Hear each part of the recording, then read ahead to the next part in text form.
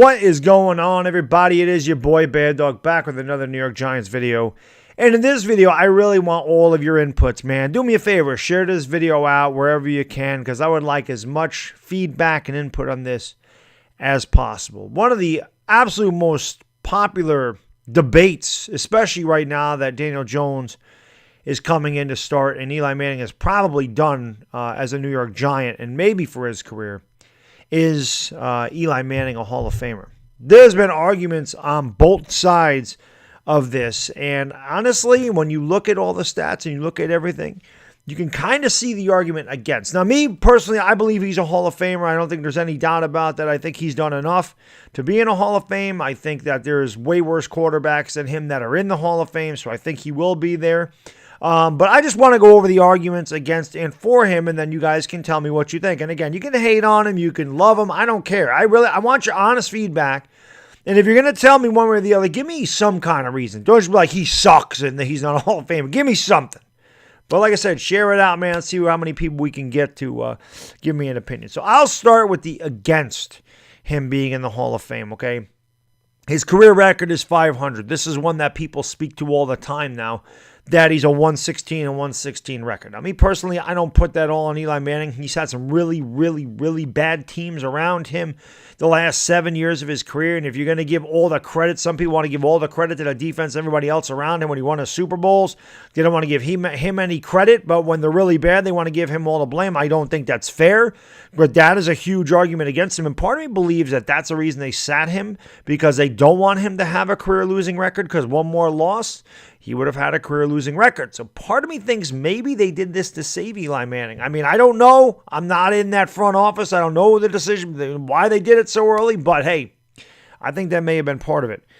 He only had 3 years with 30-plus touchdowns. And 1 year he threw 31 touchdowns. He threw 25 interceptions and led the league in interceptions. He only did that. In 15 years, he only threw for 30-plus touchdowns 3 times in his career. Now, granted, and early in his career was a lot of running. I mean, they had a couple 1,000-yard seasons from their backs, and they did a lot of running as far as that was concerned, so he really wasn't asked to pass a ton.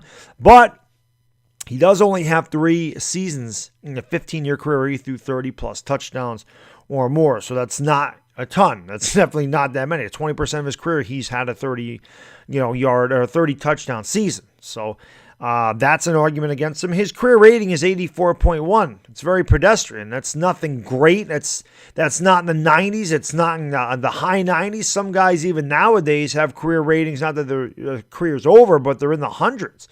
So 84.1 is not the best quarterback rating. Again, when he came up, though, the offensive play calling is much different. There's a lot of high risk, high reward. But if you're looking for an argument against him, 84.1 quarterback rating is not very good, especially this day and age. So I can see the argument there. He led the league in interceptions 3 times. People love to point to him leading the league in interceptions. But how many times did Brett Favre lead the league in interceptions? He's a Hall of Famer. However, he did lead the league. He's thrown 330. He's had 3 seasons of 30-plus touchdowns, and he's led the league in interceptions 3 times. So, they kind of go hand in hand, but that's obviously a knock on him, that he throws a lot of interceptions.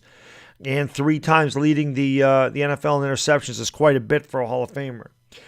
His career passing percentage is only 60.3. That's not very good, again, especially in today's day and age where the quarterback has all the, you can't touch the quarterback, you can't hit him late, you can't play the receivers, you can't chuck the receivers, you can't touch the receivers, can't breathe on the receivers. Everything is geared towards the passing game in the NFL.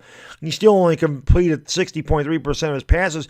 And if it wasn't for these last few years where they went to a really short passing game for Eli Manning, he probably would be under 60%. So those are all the knocks that I find against Eli Manning to say, hey, this guy's not a Hall of Fame quarterback. Those are not Hall of Fame statistics. And I would agree. I don't think those are Hall of Fame statistics. I don't. So that's the argument against him. The argument for him, obviously, 2-time Super Bowl MVP. Only 5 quarterbacks have done that. The other 4 are in the Hall of Fame. Bart Starr's in the Hall of Fame. Terry Bradshaw's in the Hall of Fame. Joe Montana's in the Hall of Fame. Tom Brady will be in the Hall of Fame. So that is definitely something that you look at. That in the history of this game, and all the great quarterbacks that have played in the Super Bowl, Eli Manning's only one of 5 to do it twice, win the Super Bowl MVP. He's 2-0 in the Super Bowl. So that is definitely an argument for him. He has 7 4,000-yard passing yard seasons, including 4,933 in 2011 when he should have won the MVP, in my opinion.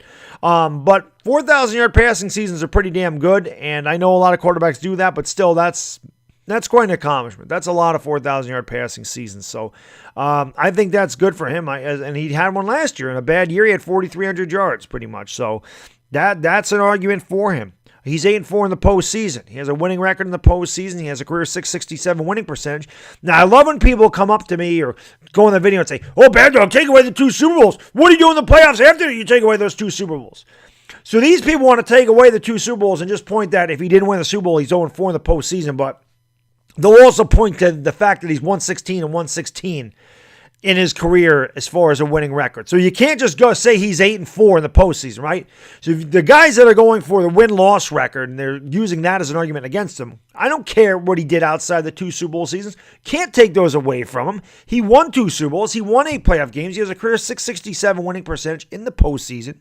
That is an argument for him. He's 8th all-time in touchdown passes. That is a very great accomplishment. Think of all the quarterbacks that have played in this game.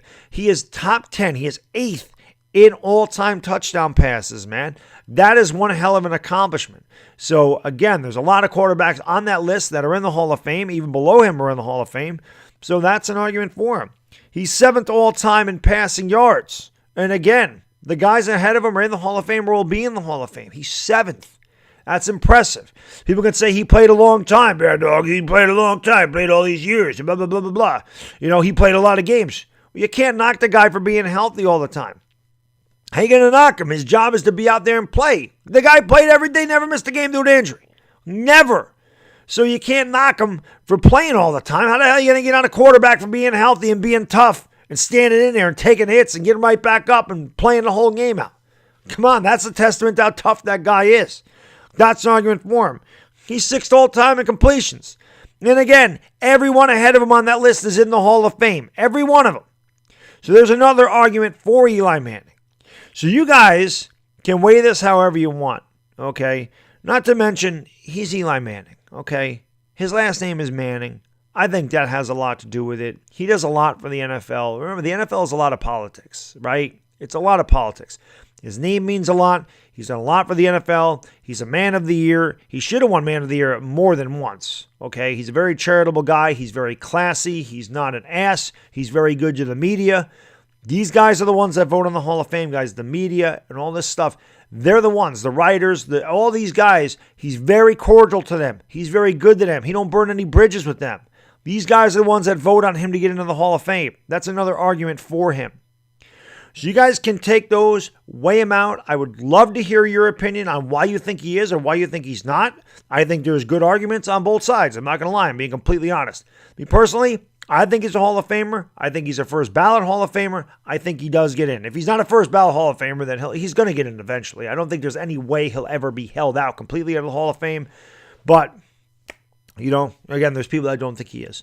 So please give me your opinion, guys. And as always, thank you for watching. If you made it this far, please hit that like, hit that subscribe button, ring that bell so you know when I go live, so you know when I do videos. And I appreciate you watching. It's Baddog, and I am gone. Peace!